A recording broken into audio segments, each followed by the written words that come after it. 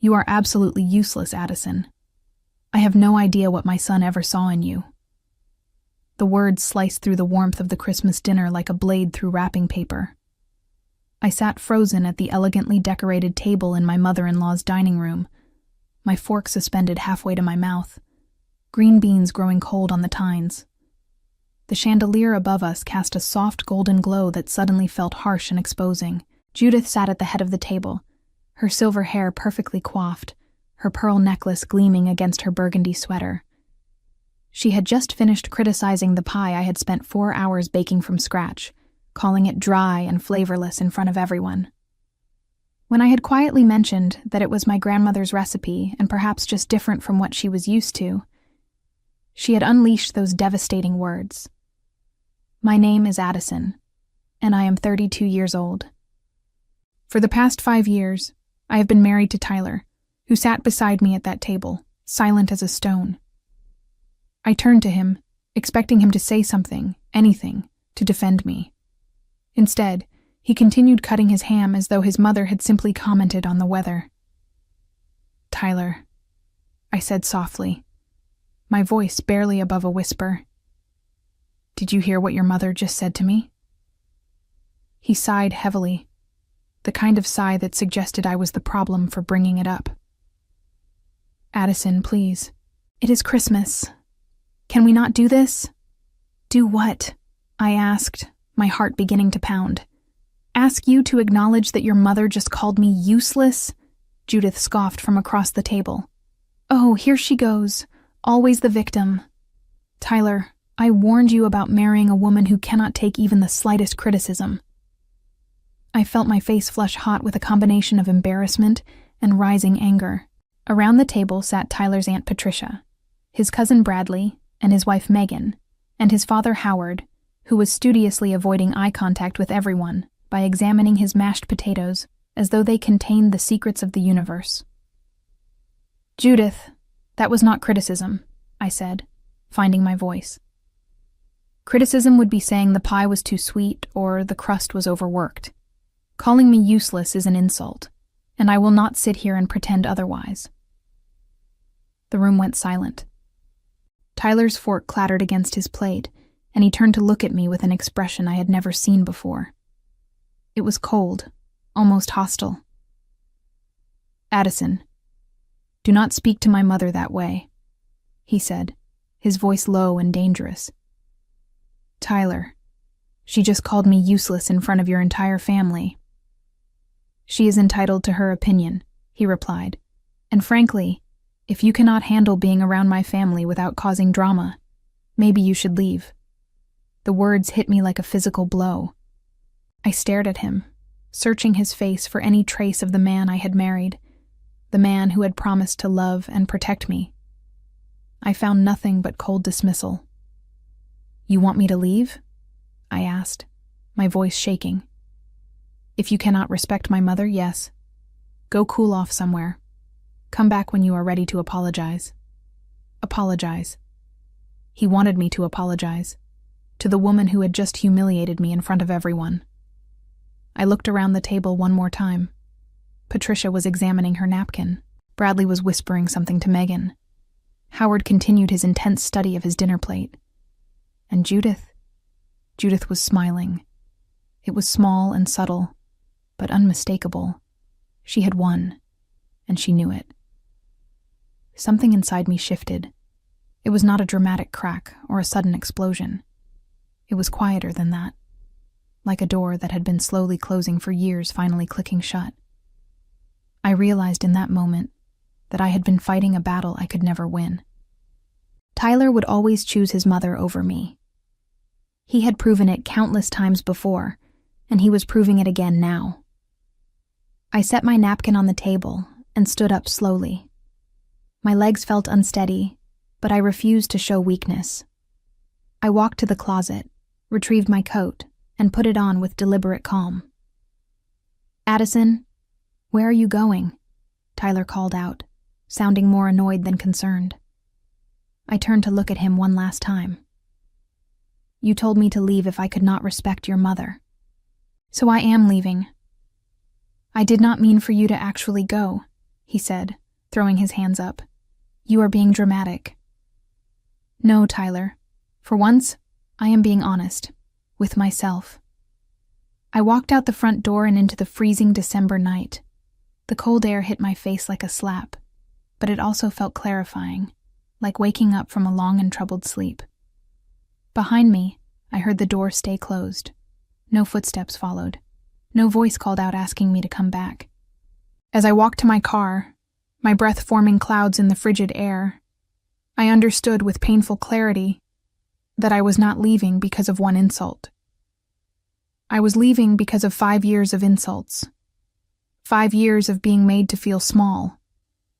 5 years of watching my husband choose someone else every single time. The snow had started to fall, soft flakes drifting down through the glow of the streetlights. I sat in my car for a long moment before starting the engine, watching the world turn white through my windshield. And I made a decision. I was not going back. Looking back now, I can see how slowly I had been disappearing inside a life that was never truly mine. The erosion had been so gradual that I had not even noticed it happening until there was barely anything left of the woman I used to be.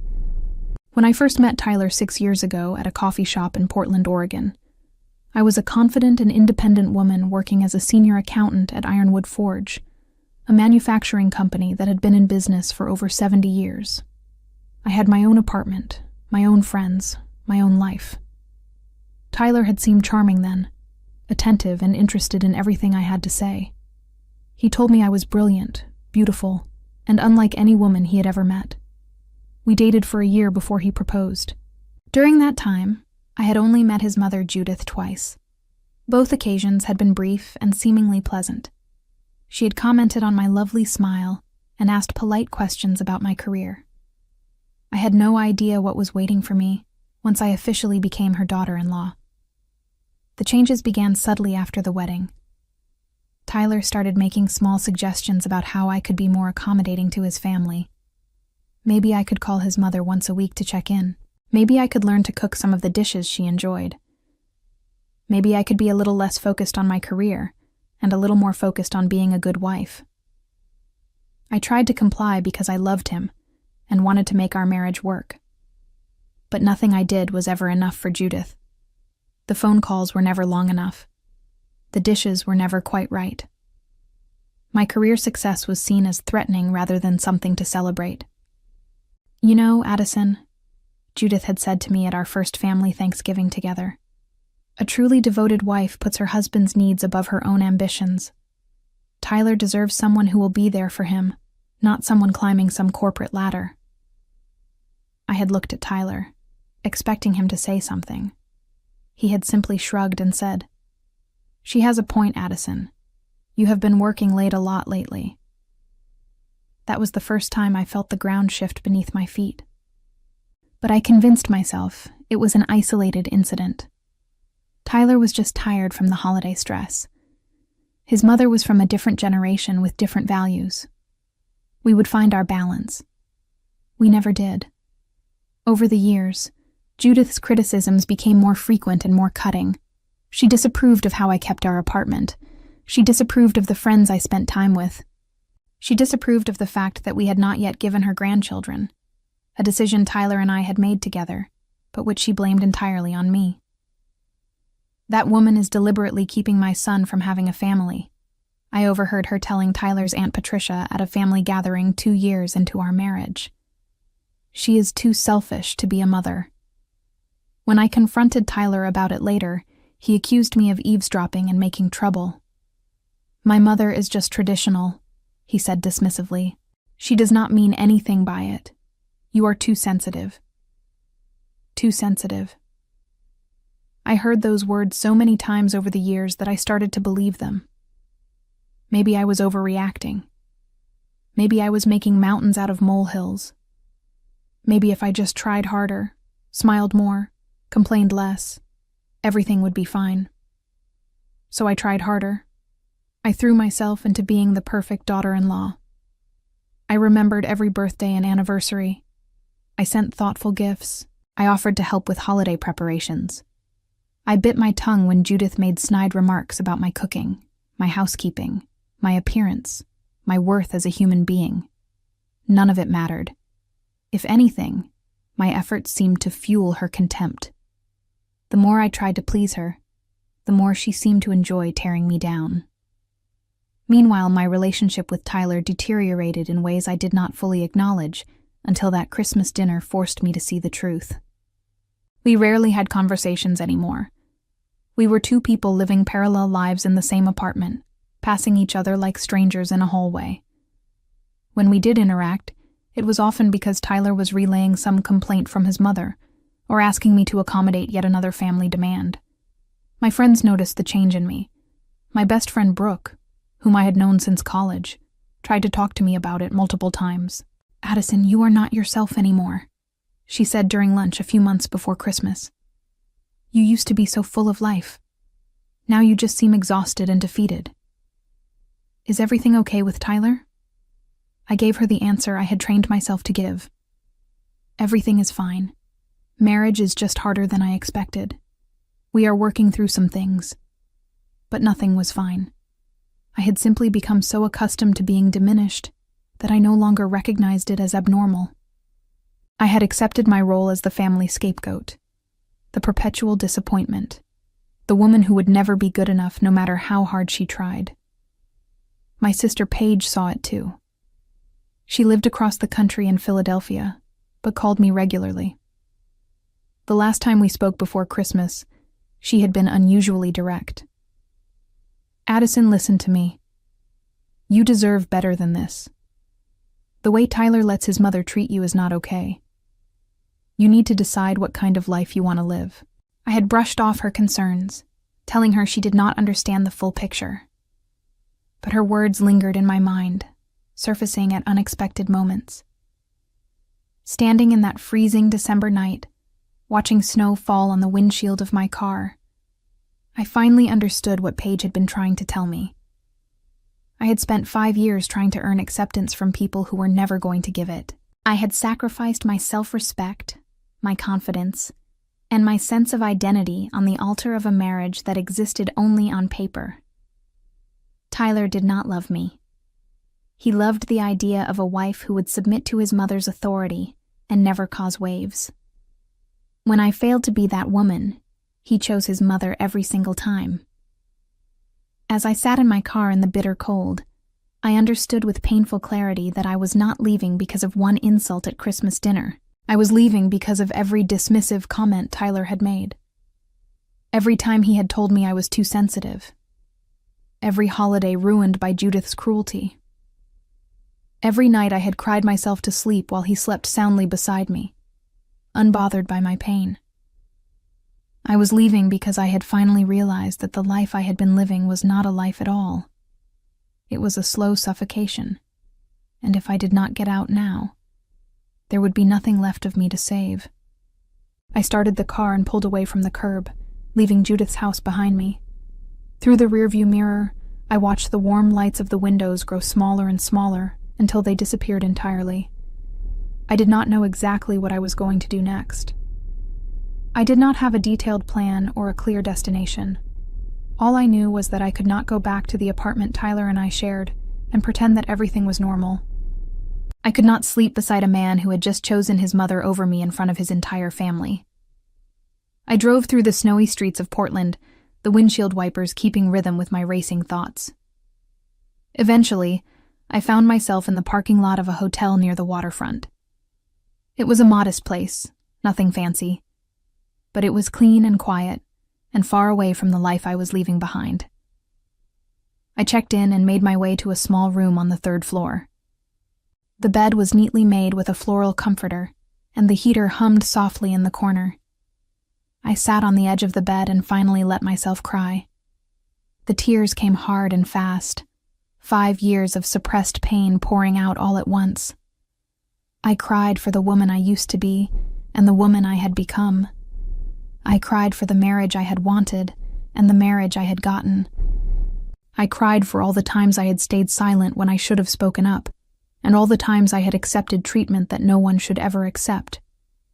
But somewhere in the middle of all those tears, something else began to emerge. It was small at first, just a flicker in the darkness. But as the night wore on and my tears subsided, that flicker grew stronger. It was anger, not the explosive, destructive kind.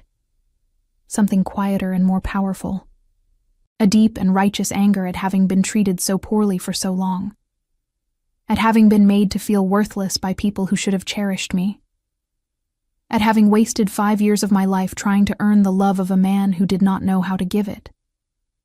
That anger became fuel. It burned away the doubts and the second-guessing that had kept me trapped for years. It illuminated the truth I had been avoiding. I deserved better. I had always deserved better. And for the first time in longer than I could remember, I was ready to believe it. I did not sleep much that night.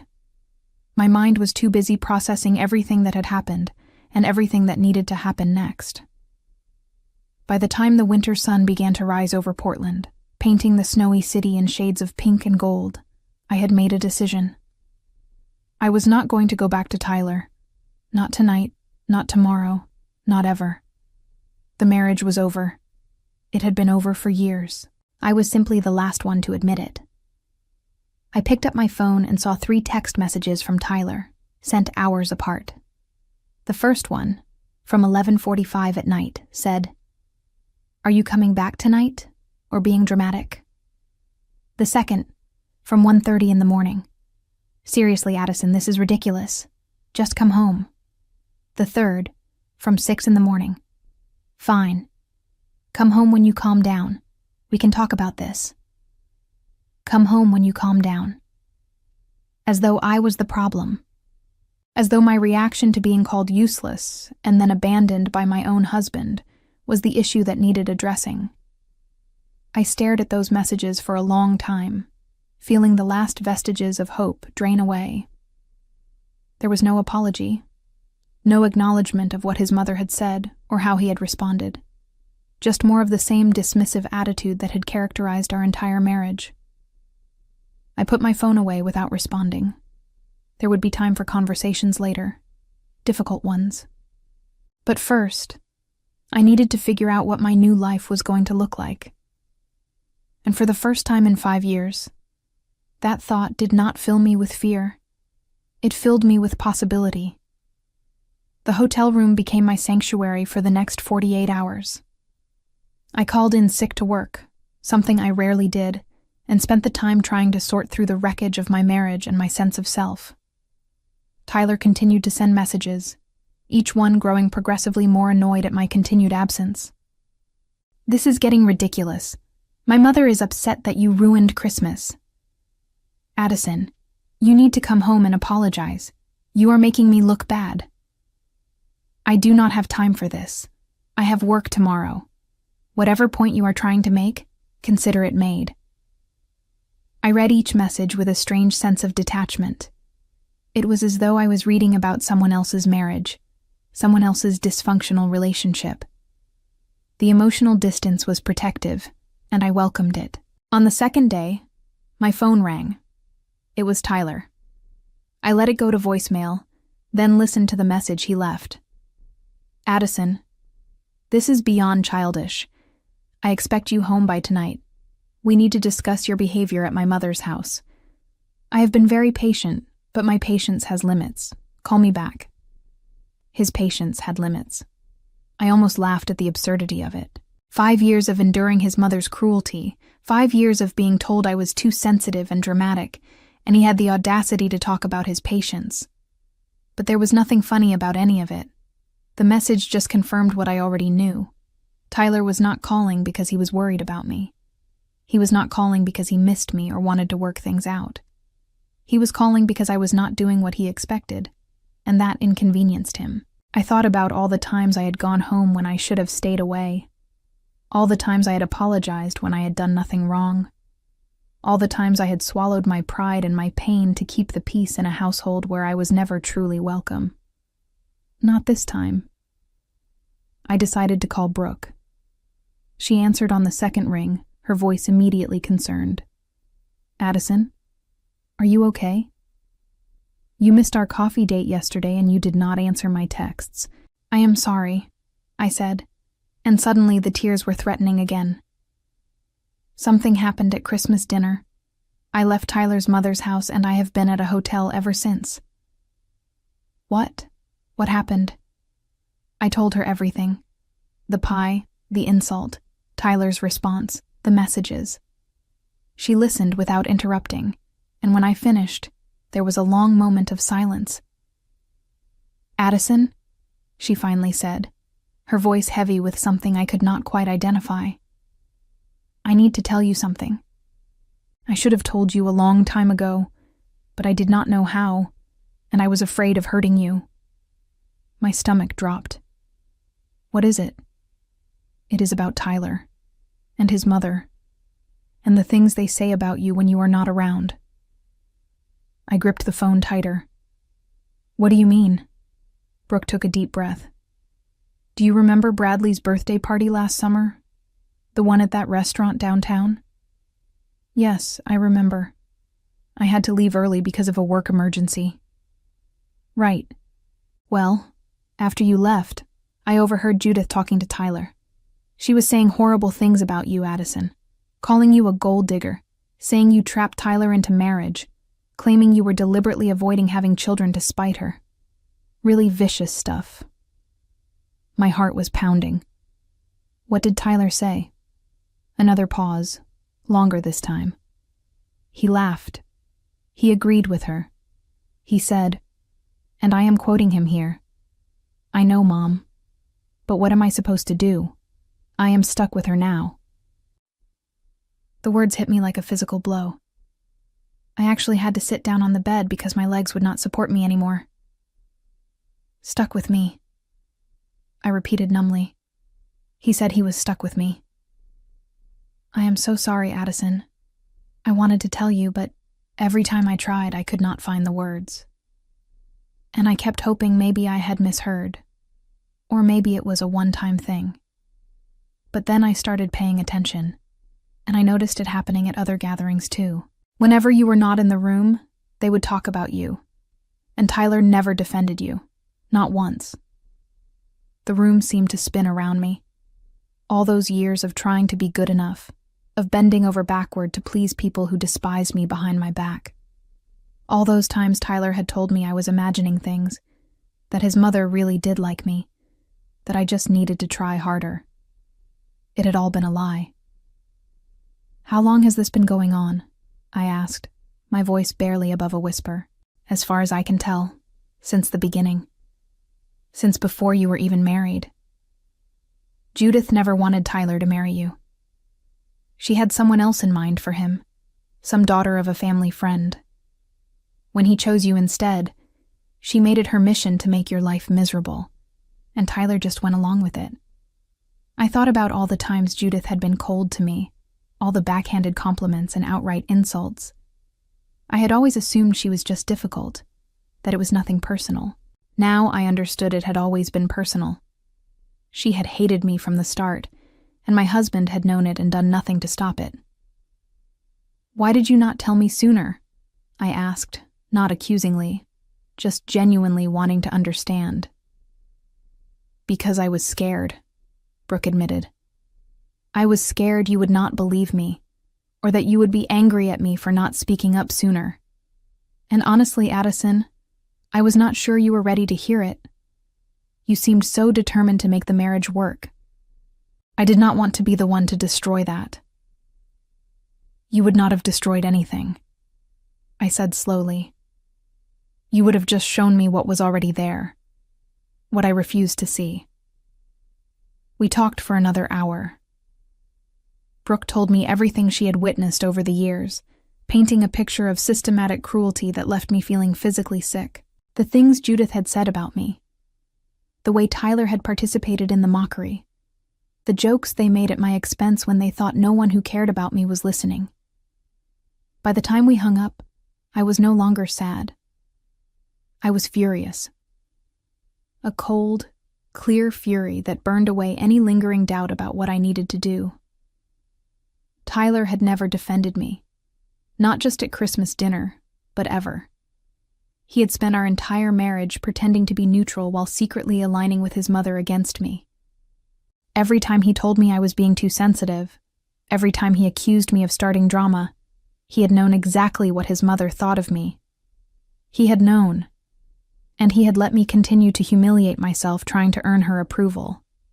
The betrayal was staggering.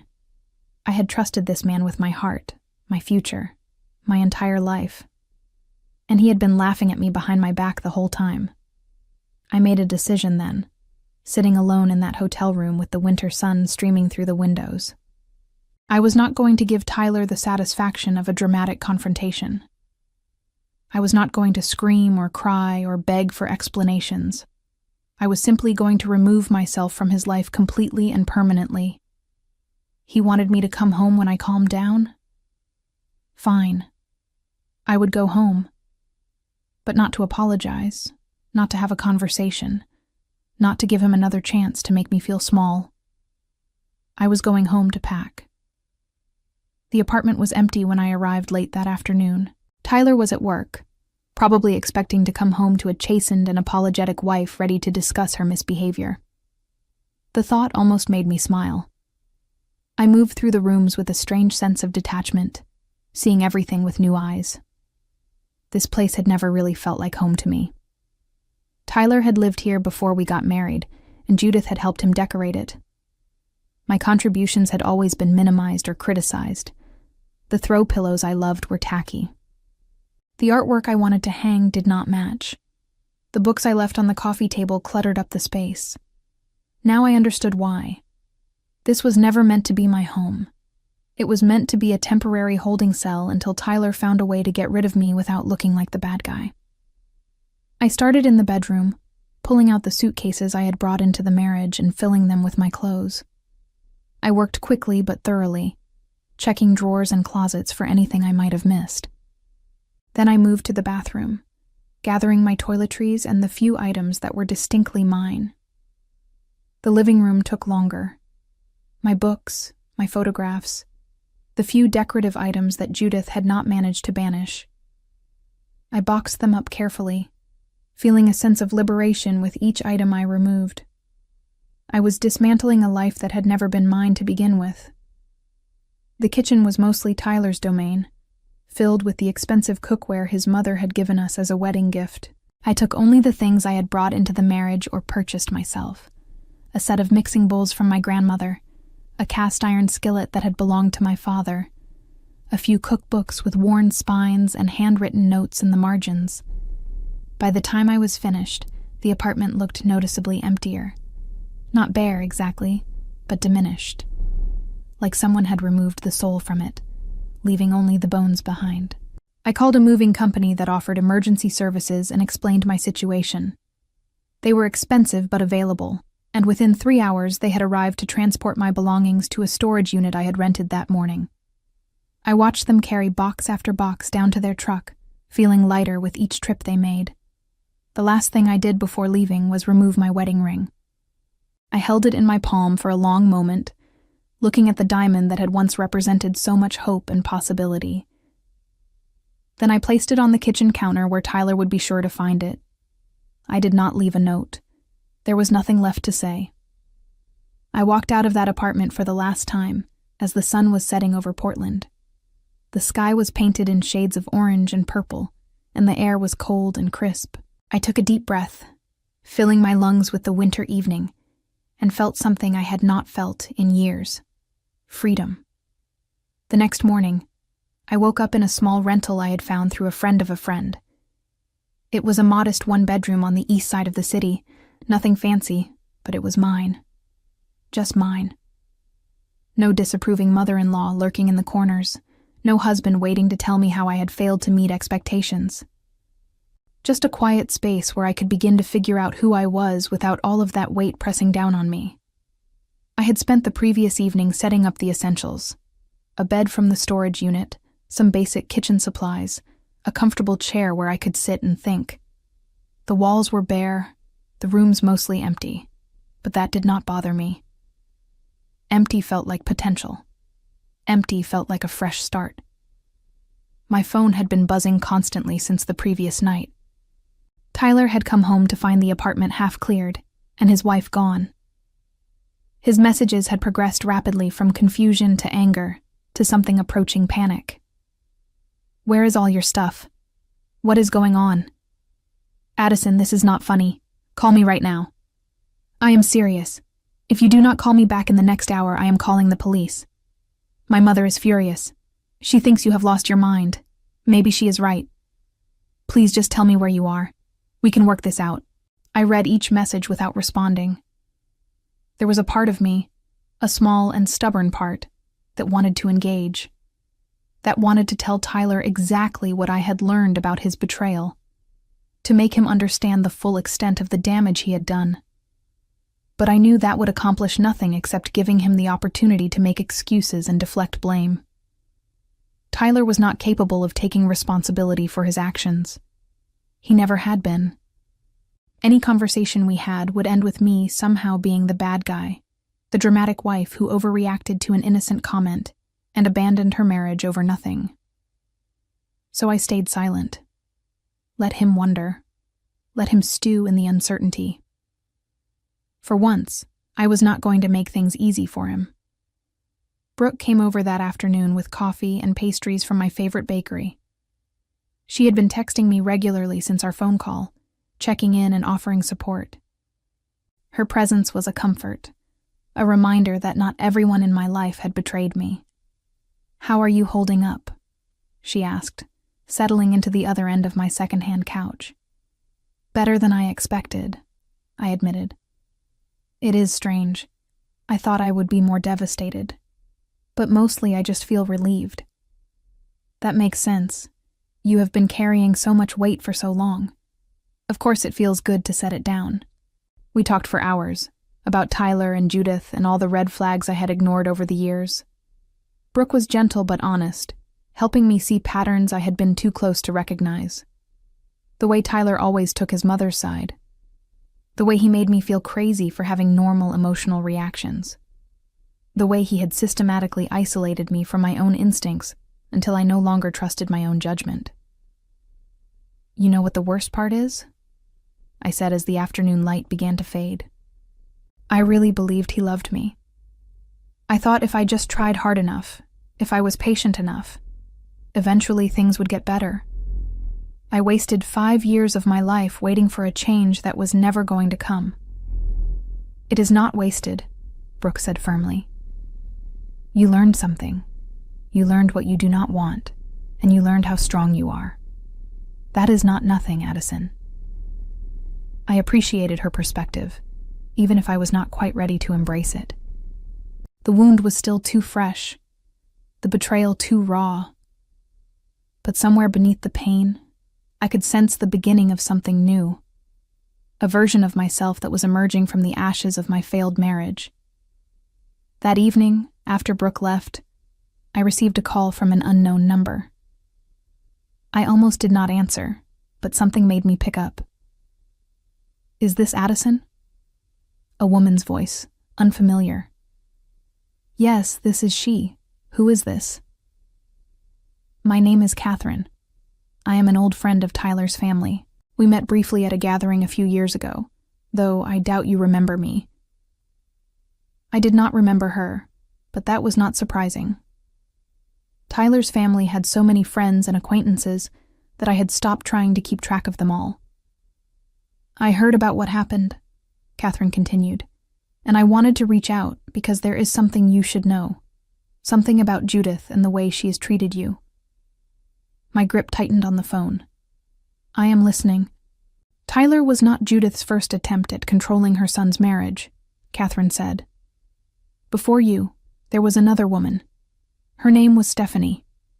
She was Tyler's girlfriend in college, and they were very serious. But Judith did not approve. She launched a campaign to break them up, and eventually she succeeded. Stephanie ended up having a breakdown. She had to leave school and move back home with her parents. I felt cold all over. What happened to her? Last I heard, she recovered and moved on with her life. But it took years. Judith is vicious, Addison. She sees any woman who gets close to Tyler as a threat to her control over him, and Tyler enables her because he is too weak to stand up to her. Why are you telling me this? Catherine paused. Because Judith is already spinning the narrative. She is telling everyone that you abandoned Tyler, that you are mentally unstable, that he is better off without you. I wanted you to know that not everyone believes her. And I wanted you to know that what happened to you was not your fault. You were set up to fail from the beginning. After we hung up, I sat in the growing darkness of my new apartment, processing everything Catherine had told me. So I was not the first woman Judith had driven away. There had been others before me, and if Tyler remarried, there would likely be others after. Judith was not just a difficult mother-in-law. She was a calculated predator who systematically destroyed any relationship that threatened her hold on her son. And Tyler knew. He had watched his mother do this before, had seen the devastation she caused, and he had let her do it again. To me. The anger I had been holding at bay came rushing back, stronger than ever. But this time it was different. It was not desperate or chaotic. It was focused and purposeful. I was not going to let Judith control the narrative of my marriage. I was not going to slink away quietly while she told everyone that I was the crazy one. I pulled out my laptop and began to draft an email. It was addressed to several people, including Tyler's Aunt Patricia, his cousin Bradley, and a few family friends whose contact information I had managed to save over the years. The email was not vindictive or bitter. It was factual, almost clinical. I explained that I had left Tyler due to years of emotional abuse, facilitated by his mother and enabled by his silence. I mentioned the Christmas dinner incident, the pattern of cruelty I had endured, and my decision to remove myself from a toxic situation. I did not send it immediately. I saved it as a draft and let it sit overnight. If I still wanted to send it in the morning, I would. But I was not going to make any decisions out of anger. I had spent too much of my marriage being reactive. It was time to be deliberate. That night, I slept better than I had in years. The bed was unfamiliar, and the apartment was bare, but I felt safer than I had in my own home. For the first time in a long time, I went to sleep knowing exactly who I was and what I wanted. Tomorrow, the real work of rebuilding would begin. But for now, I allowed myself to rest in the quiet knowledge that I had finally stopped waiting to be chosen. I had chosen myself. Tyler came home to an empty apartment on a Wednesday evening, 2 days after Christmas. According to the messages he left on my phone, he had been expecting to find me there, contrite, and ready to apologize. Instead, he found bare walls where my pictures had hung, empty shelves where my books had sat, and a wedding ring lying alone on the kitchen counter. His first voicemail was confused, almost laughable in its naivety. "Addison, where is your stuff? Did you move things to storage or something? Call me." The second was angry. "What the hell is going on? Half the apartment is empty. This is not funny. Call me right now."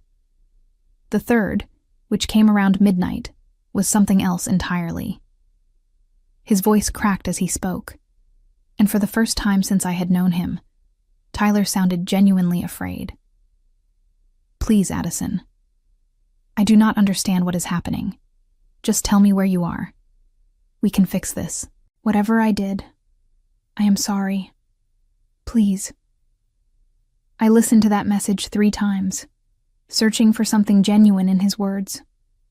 But all I could hear was panic, not remorse. Tyler was not sorry for how he had treated me. He was sorry that his comfortable life had been disrupted. He was sorry that he would have to explain to his mother why his wife had left. He was sorry for himself. I did not call him back. The next morning, I sent the email I had drafted. I read through it one more time to make sure it was measured and factual. Then I clicked send. Within hours, I started receiving responses. Patricia wrote back expressing shock and sympathy. Bradley called Brooke, who told me he seemed genuinely disturbed by what I had shared. Several family friends responded with support, saying they had always sensed something was wrong but had not known the details. Not everyone believed me, of course. Some people were firmly in Judith's camp and always would be. But enough people listened, enough people reconsidered their assumptions, that the narrative Judith was trying to build began to crumble. Tyler called me 17 times that day. He left messages ranging from pleading to threatening to pleading again. He demanded to know how I could humiliate him in front of his family. He accused me of lying and exaggerating. He swore he had always defended me, that his mother had never said anything truly harmful, that I was blowing everything out of proportion. I responded exactly once, with a single text message. The divorce papers will be coming soon. Please do not contact me again. Then I blocked his number. The days that followed were strange and surreal. I went through the motions of my normal life, going to work, buying groceries, setting up my new apartment. But everything felt different. Lighter.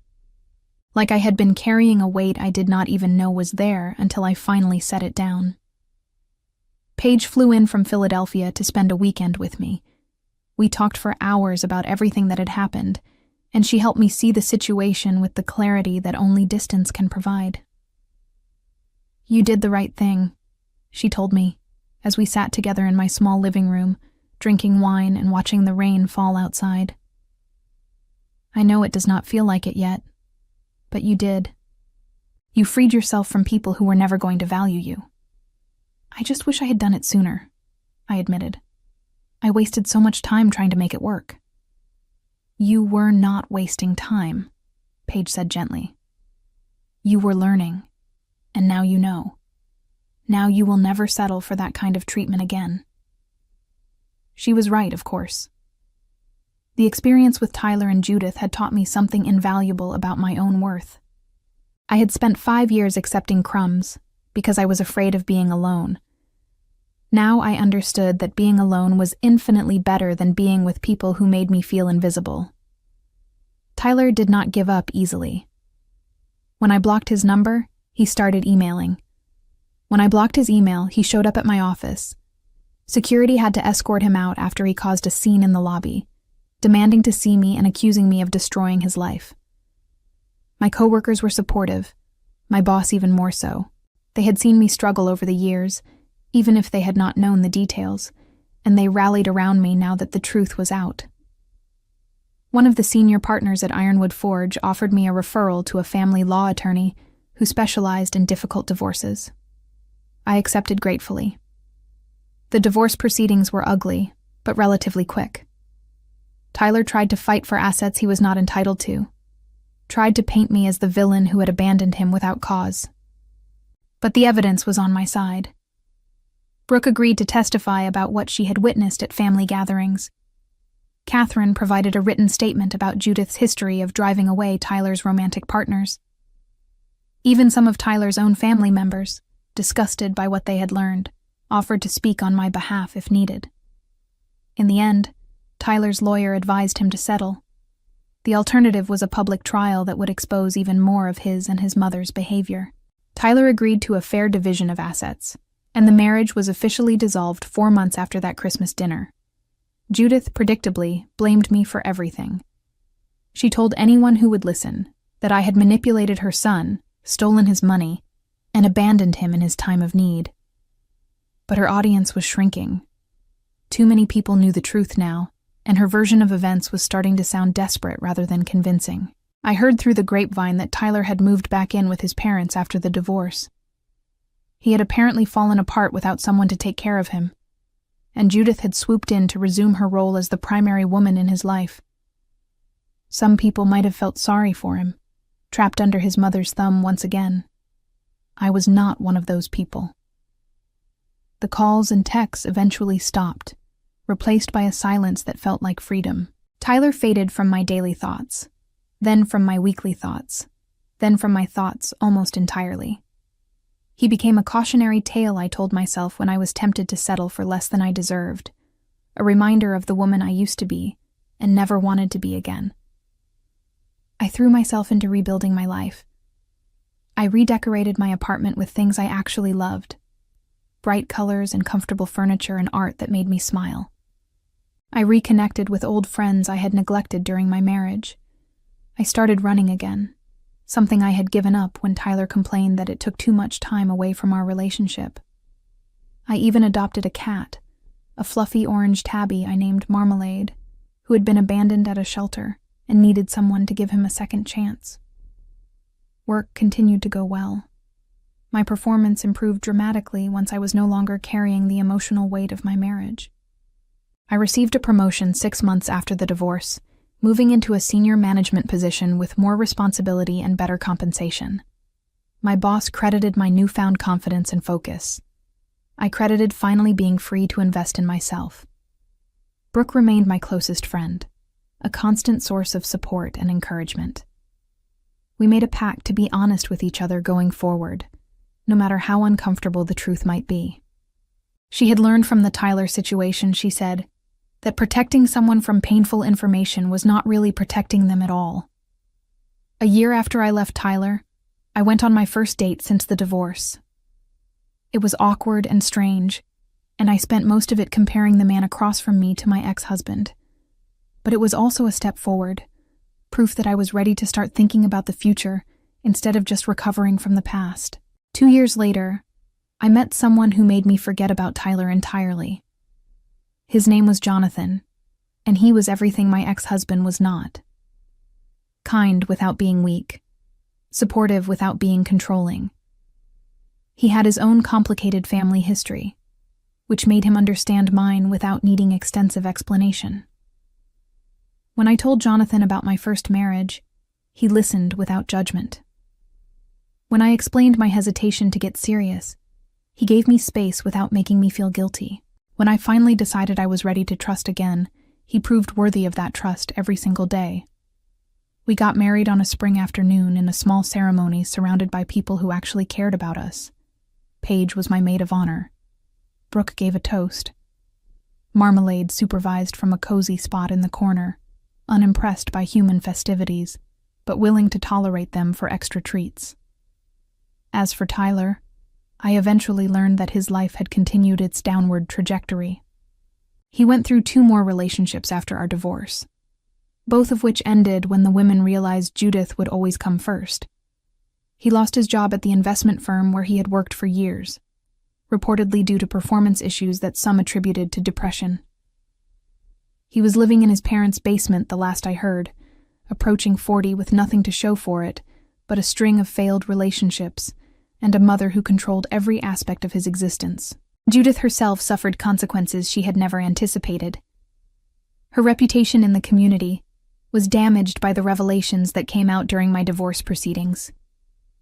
Several longtime friends quietly distanced themselves, and the social circle she had cultivated for decades began to shrink.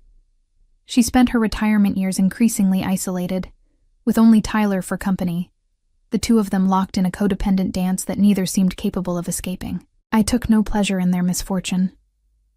But I would be lying if I said I felt sorry for them. They had built their own prison, brick by brick, and now they were living in it. The cruelty Judith had shown me, the betrayal Tyler had committed, these things had consequences. Not because I sought revenge, but because actions have a way of catching up to people eventually. Looking back now, I can see how that terrible Christmas dinner was actually the beginning of my freedom. When Judith called me useless and Tyler told me to leave, they thought they were putting me in my place. Instead, they released me from a cage I had not even realized I was in. I spent 5 years trying to be someone they would accept.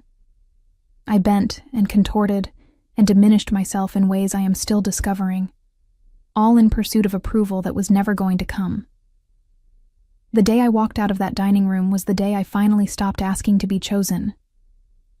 I chose myself instead, and in the end, that made all the difference. As I sit here now, in a home filled with warmth and love, and the comfortable presence of a husband who sees me clearly and loves me anyway, I can finally appreciate the full arc of my journey. The pain was real. The betrayal was devastating. But what I built from the ashes was stronger and more beautiful than anything I could have imagined during those dark years with Tyler. I do not regret leaving. Not for a single moment. The only thing I regret is not leaving sooner. But even that regret has softened with time. I was not ready until I was ready. The Christmas dinner was simply the moment when everything finally clicked into place, when the accumulated weight of years of mistreatment became impossible to ignore. Sometimes the greatest revenge is simply living well, and I am living very well indeed.